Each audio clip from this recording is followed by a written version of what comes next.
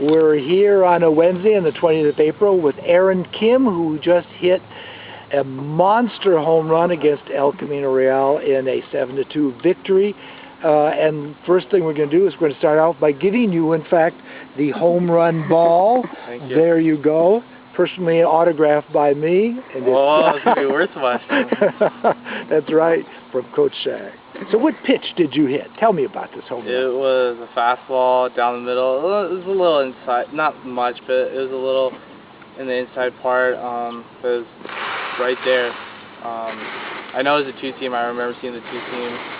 And yeah, it was right down the middle. So. Yeah, there was never any doubt. I told you in the dugout, I can always tell your home runs because I can hear them. Hear the sound of the bat. Hear the sound of the bat. So now you've been in a little bit of a slump. What do you think that's happened? Why has that happened? I don't know. You know, it always happens where you go through a phase where you hit really good, and then you hit, you don't really hit as well. I don't know. I think it's just a lack of confidence. Stuff happens, it brings me down, and I kind of sometimes let it bother me, and I think that was the problem. Now you've made a transition to catcher this year. You started last year and you had never really caught before. How do you feel about the catching, and how do you feel about how it's gone for you so far? I really like it. I think you're more into the game. You get a better knowledge of the whole aspect of the game, and I feel that it also helps me with hitting some ways where I get to see the ball constantly. I get to see where the strike zone is, where the umpire doesn't like it, where he likes it. I feel like it's a new experience, and I think it's going to help me in the long run.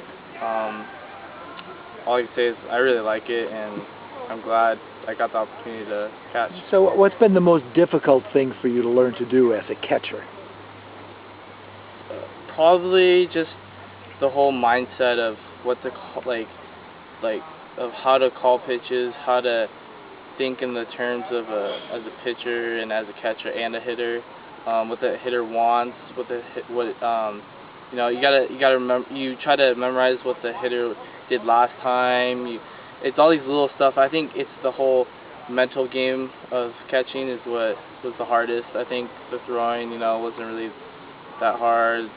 I just think the mental part was the hardest.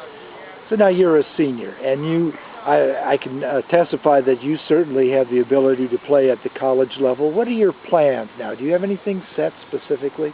Not like concrete. I'm still looking. I'm waiting.